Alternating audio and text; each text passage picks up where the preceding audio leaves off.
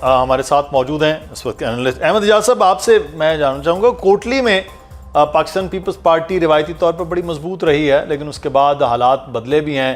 اب ان کے اپنے پریزیڈنٹ جو آزاد کشمیر ہیں وہ وہاں پر الیکشن ہے. کوٹلی ضلع کس جانب وہ اس کے اوپر بھی آپ سمجھتے ہیں کہ اثرات ہیں پنجاب کی سیاست کے یا مختلف ہے معاملہ؟ دیکھیں جب ہم ڈویژن کی بات کر رہے تھے تو ہم دیکھ رہے تھے کہ جو پنجاب سے مراد جو ہے گجرات جی اور گجرات لالا موسیٰ کھاریاں گجرات ڈسٹرکٹ سے ہم بولتے ہیں. چونکہ گجرات ڈسٹرکٹ کا معاملہ یہ ہے کہ ان کے جو سیاستدان ہیں وہ ان کا بہت یہاں ان خاندانوں کے ساتھ وابستگی ہے. پھر خاندان ایک جیسے بیٹھے ہوئے ہیں، برادریاں ایک ہیں، برادریاں ایک جیسی ہیں. تو اس حوالے سے پھر بالخصوص گجرات کے ہم سب لوگوں کا نہیں کہہ سکتے، بالخصوص چودھری عابد رضا کوٹلہ صاحب جو پی ایم ایل این کے سابق ایم این اے ہیں 2 دفعہ کے، اور اس وقت گوجرانوالہ ڈویژن کے وہ پریزیڈنٹ بھی ہیں. تو ابھی حالیہ عرصے میں اگر ہم دیکھیں تو وہاں پر جو برادریوں کے درمیان جو تعلقات میں جن کے درمیان اختلافات تھے، تو ابھی کچھ دنوں میں پچھلے 2-3 ماہ کے اندر چودھری عابد رضا نے وہاں بہت وقت دیا اور ایسے خاندانوں کے درمیان جو ہے وہ تعلقات کو استوار کیا، صلح کروائی. تو اس طرح جو وہاں کی جو صورتحال ہے وہ اس پر وہ اثر انداز ہوئے ہیں. یعنی کہ پی ایم ایل این کے امیدوار وہاں پر، پی ایم ایل این کے جو رہنما ہیں پنجاب کے گجرات کے، وہ وہاں پر اثر انداز ہوئے. لیکن چونکہ جو کوٹلی کی آپ بات کر رہے ہیں تو کوٹلی میں بھی چونکہ جو خاندان ہیں جو اس کے میرپور ڈویژن کے، وہ تقریباً ایک جیسے خاندان ہیں. یعنی کہ جاٹ ہیں، راجپوت ہیں، گجر ہیں، یہ بڑی وہاں کی جو برادریاں ہیں. اور یہی برادریاں جو ہے گجرات اور عید سے ملحقہ علاقے منڈی بہاؤدین وغیرہ میں بھی موجود ہیں. جو کوٹلی ہے یہاں پر جو ہے وہ چودھری جو یاسین ہے وہ 2 حلقوں سے یہاں سے الیکشن لڑ رہے ہیں. تو ایک اور امیدوار جو وہاں کافی مضبوط ہیں وہ جوید جو ہے وہ بڑھانوی صاحب ہیں، یہ LA9 سے ہیں. اور یہاں سے جو پی ایم ایل این کے جو امیدوار ہیں وہ عمیر نعیم ہیں. ان کا خاندان وہ بڑا تاریخی ہے، بڑی سیاست میں ان کے خاندان کا حصہ ہے. آزاد کشمیر کی پوری جو آزاد جموں کشمیر کی جو پوری وہ ہے، چونکہ یہ سردار سکندر حیات کا آبائی حلقہ بھی ہے. اور یہ عمیر نعیم جو ہیں یہ سردار سکندر حیات کی خاندان میں سے ہیں. ان کے بھائی نعیم جو سردار نعیم ہے وہ الیکشن لڑتے رہے، آپ ان کے بیٹے ہیں. تو اس حوالے سے پیپلز پارٹی جو چودھری یاسین کی شکل میں تو یہاں ہے، مضبوط ہے. لیکن اگر ہم دونوں حلقوں میں دیکھیں جہاں سے چودھری یاسین الیکشن لڑ رہے ہیں، تو دونوں حلقوں میں ان کے مقابلے بڑے سخت ہیں. ایک چودھری محمد یوسف کے ساتھ ہے، وہ استحکام پاکستان پارٹی میں ہے. مقابلہ اتنا آسان نہیں ہے، بالکل صاحب کے لیے بڑا سخت ہے. اچھا میں آگے جی میں ناصر صاحب آپ سے، عبدالجبار ناصر صاحب، یہ ایک اور مقابلہ بھی ہے، وہ انقلابی اور عبدالی، یعنی ولید انقلابی صاحب کا اور انصر عبدالی صاحب کا. تو یہاں کھوئی رٹا میں وہ کوئی کیا سچویشن ہو گئی؟ استحکام پارٹی یا پھر یہاں پر بھی پیپلز پارٹی کے چانسز ہیں؟ نہیں دیکھیں، یہاں پر اگر ہم یہ بات کر لیں، یہ آپ کوٹلی 6 اور LA13 کی بات کر رہے ہیں. جی یہاں پر چند روز پہلے کی بات کرتے تو یہاں آپ کہہ سکتے تھے کہ نثار انصر عبدالی صاحب کا جو ہے نا بہت اچھا چانس ہے. لیکن چونکہ راجہ شاداب صاحب جو آزاد امیدوار تھے وہ کافی اچھی پوزیشن میں جا رہے تھے، وہ اب نون لیگ کے حق میں، جو نون لیگ کے ایاز احمد صاحب ہیں، ان کے حق میں دستبردار ہو گئے. ان کی دستبرداری کے بعد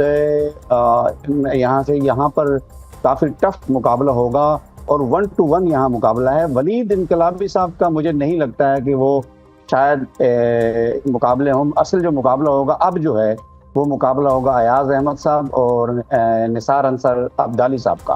یہاں پر یہ پوزیشن ہے کیونکہ راجہ شاداب صاحب کے بارے میں کہا جاتا ہے کہ ان کا اچھا اثر رسوخ بھی ہے، ان کا خاندانی اثر رسوخ بھی ہے، ان کا ووٹ بینک بھی مضبوط ہے. یہی وجہ ہے کہ اصل مقابلہ ابتدا میں 1 ہفتہ پہلے تک یہ کہا جاتا تھا کہ اصل مقابلہ جو ہوگا وہ نثار انصر عبدالی صاحب اور شاداب صاحب کا ہوگا. لیکن چونکہ اب شاداب صاحب وہاں سے دستبردار ہو چکے ہیں، تو اب یہاں پر جو ہے نا مسلم لیگ نون اور پاکستان پاکستان استحکام پارٹی کا اس کے درمیان مقابلے کا زیادہ امکان ہے. صحیح. اچھا طاہر ملک صاحب، یہ استحکام پارٹی کچھ لوگ تو وہ ہوئے جو پاکستان تحریک انصاف کا حصہ تھے، وہ لوگ آ گئے. لیکن بہت سے لوگ ہیں جو آزاد حیثیت میں بھی پی ٹی آئی کے لوگ تھے, انہوں نے الیکشن لڑ لیا. جماعتی طور پر الیکشن میں جماعت نہیں آئی ہے. تو پی ٹی آئی کا ووٹر جو ہے وہ آپ سمجھتے ہیں کہ وہ نہیں نکلے گا؟ کچھ جیسے کچھ لوگ یہ ہے نا, کچھ نہ کچھ حلقوں میں تو جوائنٹ عوامی ایکشن کمیٹی کے ساتھ بھی لوگ ہیں کہ وہ ووٹ نہ ڈالیں. تو یہاں کیا اثرات آپ دیکھتے ہیں تینوں اضلاع میں, میرپور ڈویژن میں, کہ پاکستان تحریک انصاف کے نہ ہونے سے فائدہ کس کو ہوگا, نقصان کس کا ہوگا؟ دیکھیں, تحریک انصاف ایک نئی جماعت ہے وہاں, اور جو مسلم کانفرنس پرانی جماعت ہے, پیپلز پارٹی پرانی جماعت ہے. مسلم کانفرنس کے بعد وہاں مسلم لیگ نون بنی.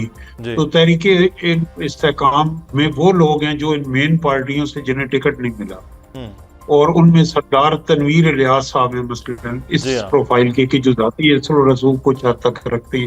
لیکن یہ جو ہم ڈسکس کر رہے ہیں, ابھی ہم نے دیکھا کہ یہاں سردار اسکندر احد مرحوم کی بات ہوئی, ان کی پارٹی میں ڈویژن ہے, فیملی میں ان کے بیٹے جو پچھلی گورنمنٹ میں منسٹر بھی تھے ان کو ٹکٹ نہیں ملا. تو یہ جو ہم ساری ڈسکشن کر رہے ہیں, اس سے مجھے یہ تاثر آ رہا ہے کہ جیسے کہ 1985 کا الیکشن ہو رہا ہے غیر جماعتی, یا پھر یہ کوئی بلدیاتی سطح کا الیکشن ہے. تو یہ کشمیر کا المی ہے کہ ہم 2026 میں جس طرح کے تجزیہ کار گفتگو کر رہے ہیں, تو اس طرح لگتا ہے کہ ایک کوئی آزاد ریاست کا نہیں بلکہ گلی محلے کے کونسلر کے, وہ جی ان کا خاندان ہے, ان کا رکھ رکھاؤ ہے, ان کا ان کی برادری. بھائی نیچے کیا ہو رہا ہے؟ نیچے یہ ہو رہا ہے کہ آپ ان پارٹیز کی ویڈیو دیکھ لیں, اگر کشمیر نہیں جا سکتے, نون لیگ اور پیپلز پارٹی میں مجھے کوئی نوجوان بندہ سرکل لگا کے بتائیں کہ 50+ مجھے لوگ نظر آ رہے ہیں, نوجوان نہیں نظر آ رہے. تو ہماری آنکھیں کھلنی چاہیے ان انتخابات سے. سر ہم تو 50+ والوں کو بھی نوجوان سمجھتے ہیں, پاکستان میں تو 70 سال پلس کے بھی نوجوان لیڈر ہیں. دیکھیں وہ نوجوان تو ایسے ہی ہے نا جس طرح عابد شیر علی یوتھ ونگ کے ہیں اور کیپٹن صدر ہیں, لیکن ریاض فتحانہ ہے اس میں تحریک انصاف. میں صرف یہ کہہ رہا ہوں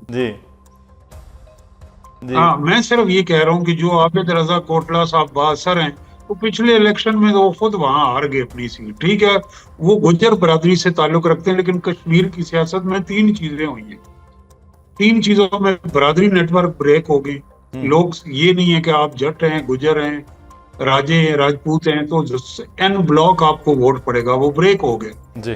دوسرا فورن ویلتھ, 12 لاکھ کشمیری باہر ہے, چاہے وہ وہاں کریم اوپر چلا رہا ہے, آڈ جابز کر رہا ہے, لیکن اس کے $500 یا 500 پاؤنڈ جو ہر مہینے پاکستان آتے ہیں, اس نے انڈیپینڈنٹ انکم سٹریم کی ہے. اور تیسری بات, ہائر ایجوکیشن.